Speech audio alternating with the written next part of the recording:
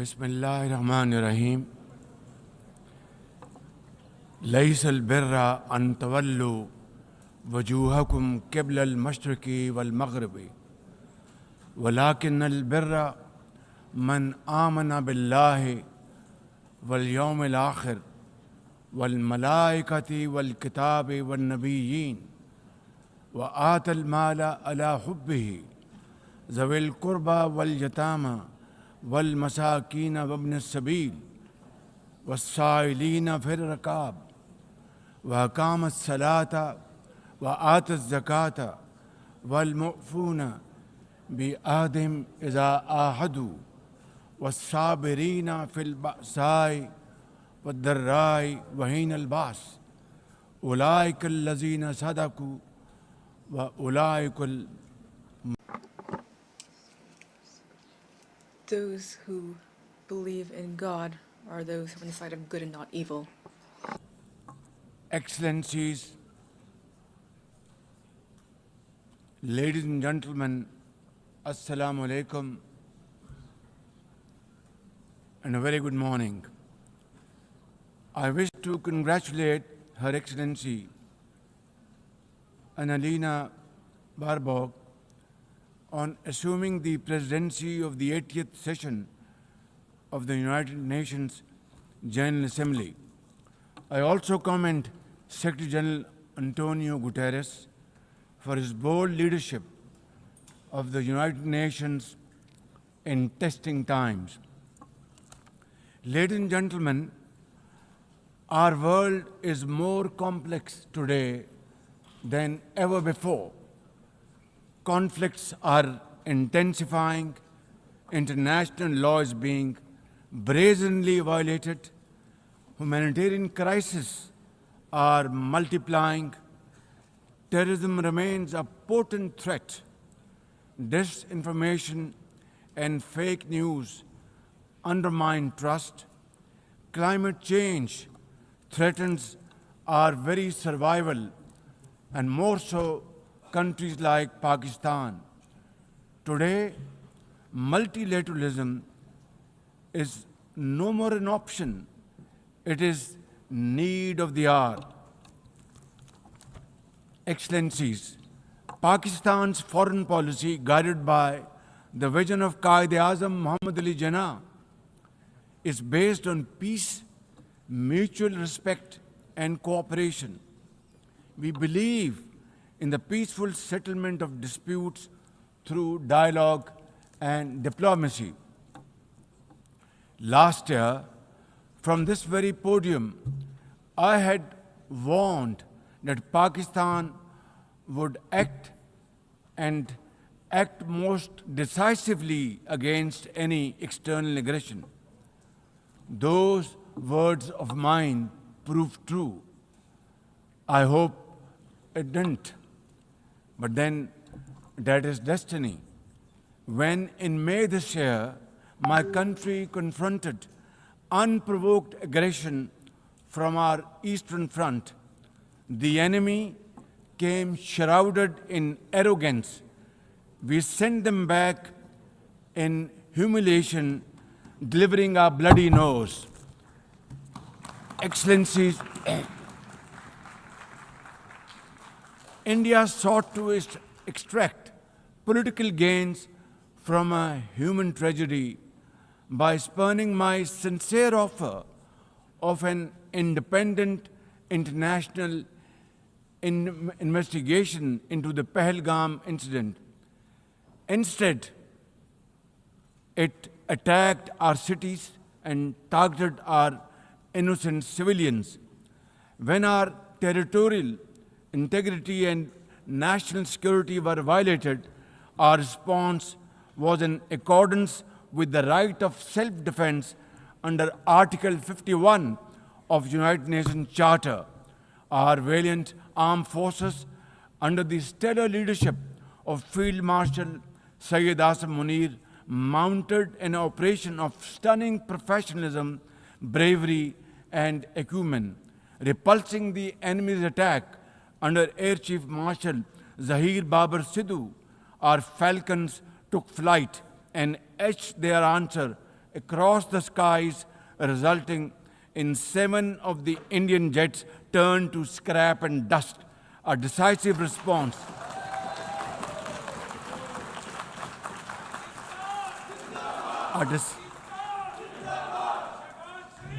A decisive response to the aggressor that will echo through the annals of history.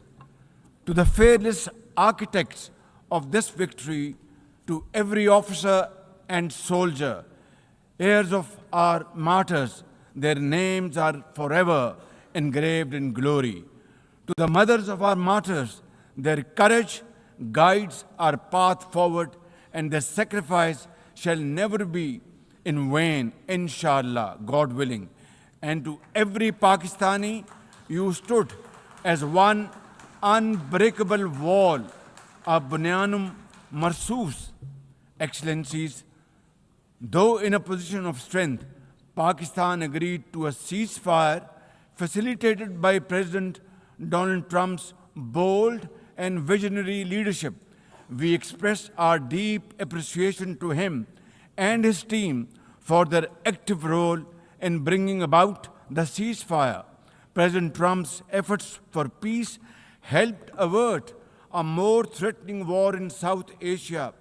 Had he not intervened timely and decisively, the consequences of a full-fledged war would have been catastrophic. Who would have lived to tell what happened?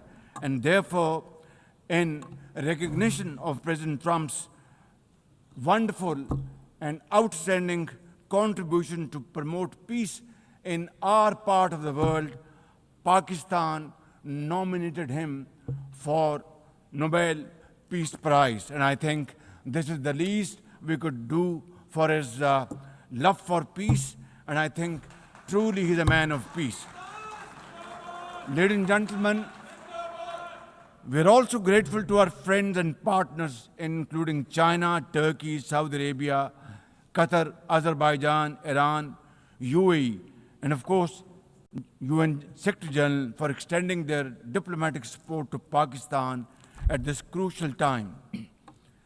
Excellencies, we have won the war, and now we seek to win peace in our part of the world. And this is my most sincere and serious offer before this August Assembly of the World Nations. Pakistan stands ready for a composite, comprehensive, and result-oriented dialogue with India on all outstanding issues. South Asia requires, ladies and gentlemen, proactive rather than provocative leadership. India's unilateral and illegal attempt to hold the Indus Water Treaty in abeyance defies the provisions of the treaty itself, as well as the norms of international law. Pakistan has made it abundantly clear, and let there be no doubt once again in anybody's mind, as I said last year in this hall, from this podium, we will definitely and ardently defend, inshallah, the inseparable right of our 240 million people on these waters. To us, any violation of this Indus Treaty represents an act of war. Ladies and gentlemen, through this august House, I wish to assure the Kashmiri people that I stand with them. The people of Pakistan stand with them.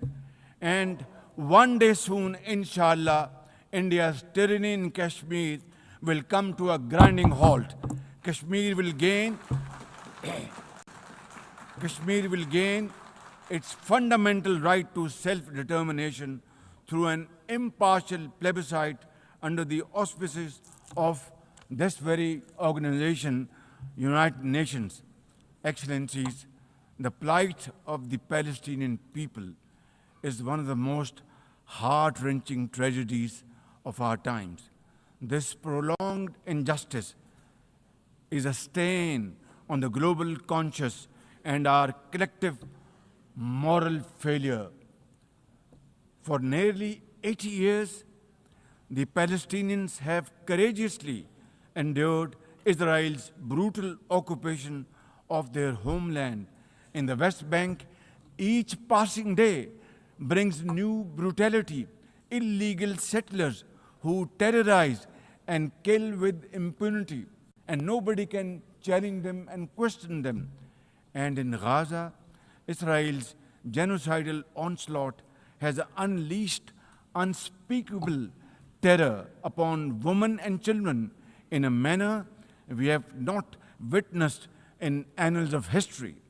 In blind pursuit of its nefarious goals, the Israeli leadership has unleashed a shameful campaign against the innocent Palestinians, which history will always remember as one of its darkest chapters. But speak we must, Madam President, we must speak and speak loud and clear. Our words are too little, too late for Hind Rajab, a child, nay, a little baby. We have all heard her trembling voice on that phone call, which little Hind made as she struggled to stay alive under Israeli onslaught and atrocities. Can you imagine that little girl, Hind Rajab, as if she was our daughter? Can you imagine not having the compassion to spare her life? My agony and the agony of the entire Muslim Ummah, indeed, I think, the agony of all the nations on the planet is that we failed Hind Rajab, and she will not forgive us in this world and the world hereafter. As they say, ladies and gentlemen, the smallest coffins are the heaviest to carry. I, for one, would know, for I too carried the tiny coffin of a 7-year-old Irtiza Abbas during the recent confrontation with India. He was only 6 years old. Therefore, we cannot and we must not fail these children of Gaza or any child anywhere in the world. We must find a path to a ceasefire now and just now. Pakistan firmly supports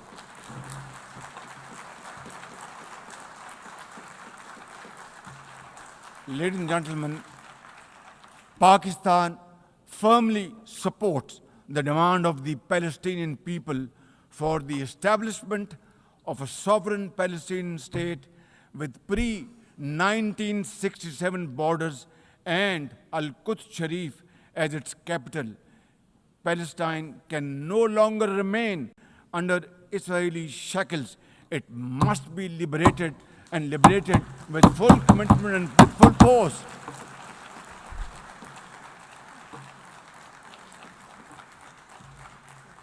Excellencies, as far as Pakistan is concerned, we were among the first to recognize Palestinian statehood in 1988. And now we welcome the recognition of the state of Palestine by a number of countries recently around the globe, and urge others to also follow suit, because time and tide wait for none. We are further grateful for President Trump's timely initiative to invite Arab Islamic states 3 days ago here in this building for a consultative session at the United Nations. And I was also part of that consultative process. And I think, and I hope and pray to God that it has rekindled hope for a ceasefire in the nearest future, for which the credit must again be attributed to President Trump for this peace initiative. Excellencies, Israel's recent attack on Doha and its continued violations of the sovereignty and territorial integrity of numerous countries is reflective of its rogue behavior. Pakistan stands unwaveringly with our brothers and sisters in Qatar. We also support all efforts for a peaceful resolution of the We also support all efforts for a peaceful resolution of the Ukraine conflict in line with the UN Charter to end human sufferings and global turmoil caused by this protracted war. Madam President, Pakistan condemns terrorism in all its forms and manifestations. For over 2 decades, Pakistan has been at the front line of global counter-terrorism efforts, having suffered over 90,000 people. We lost 90,000 people of our country, babies, children, mothers, sisters, brothers, elderly people, doctors, engineers, and also suffered economic loss of $150 billion. Please tell me, put your hand on your heart, that what can be a bigger manifestation of our commitment to fight terrorism and erase it not only from the face of Pakistan, but from the face of this global world. And I believe a man killed in New York is a man killed in Lahore, a man killed in Islamabad is a man killed in London. It's a global village. So I think unless and until terrorism is defeated hands down, this world will not be a peaceful place to live.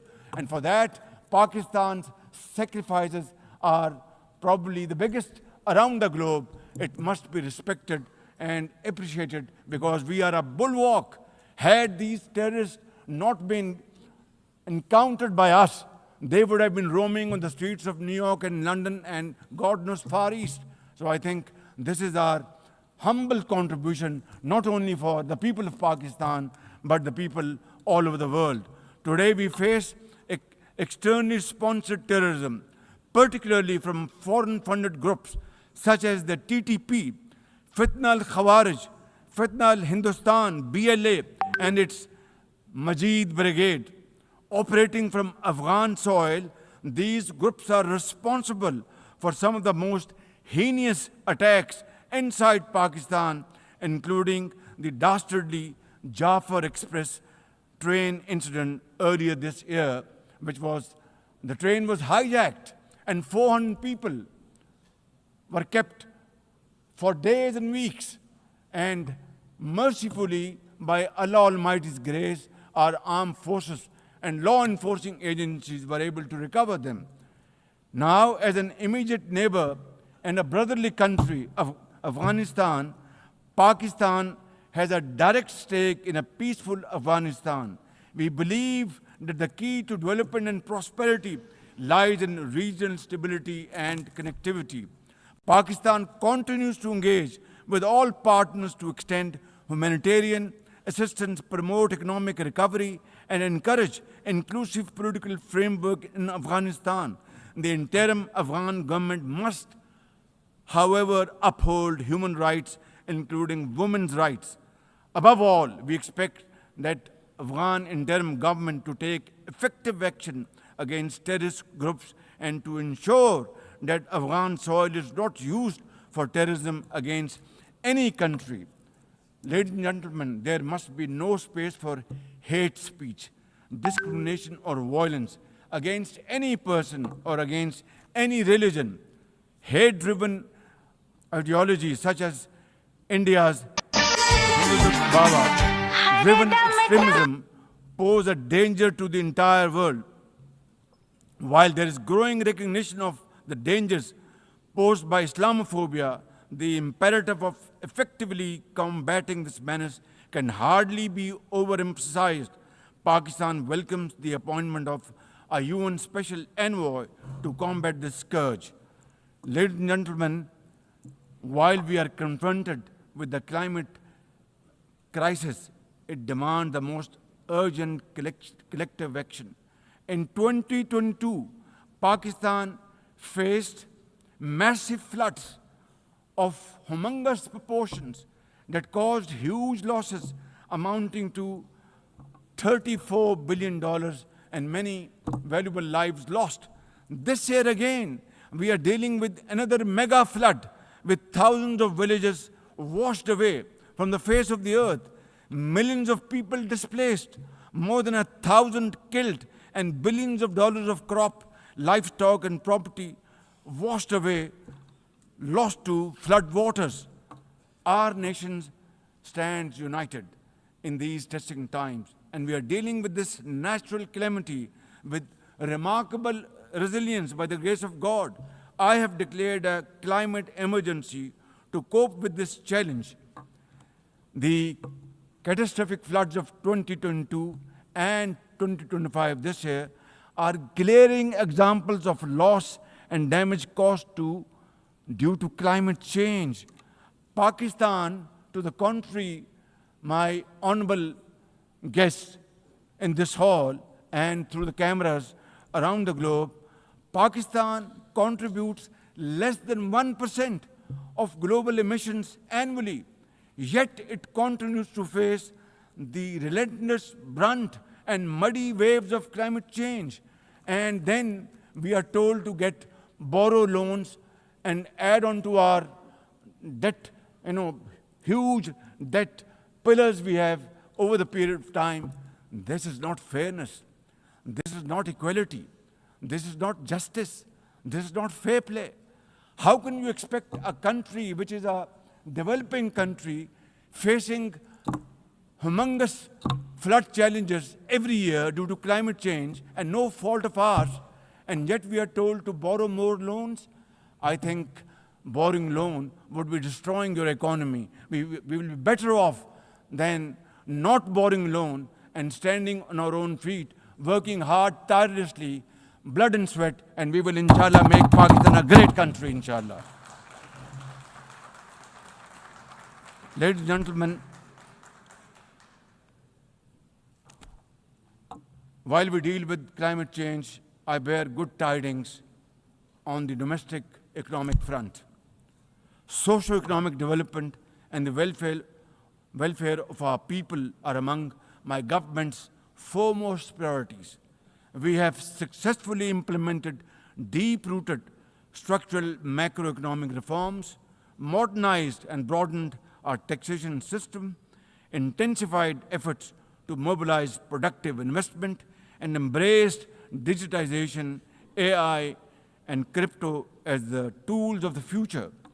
Strategic partnerships, including our all-weather cooperation with China through the China-Pakistan Economic Corridor under President Xi Jinping's landmark Belt and Road Initiative, are contributors to our progress as I speak. I admire the vision and foresight of President Xi Jinping, whose recently launched Global Governance Initiative, along with other global initiatives, offers a comprehensive framework for a more just, fair, and inclusive development.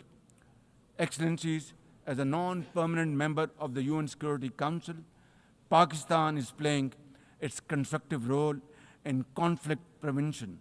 The unanimous adoption of Resolution 2788 under our presidency of the Council has renewed our collective commitment to multilateralism, respect for the UN Charter, and effective implementation of UN Security Council resolutions.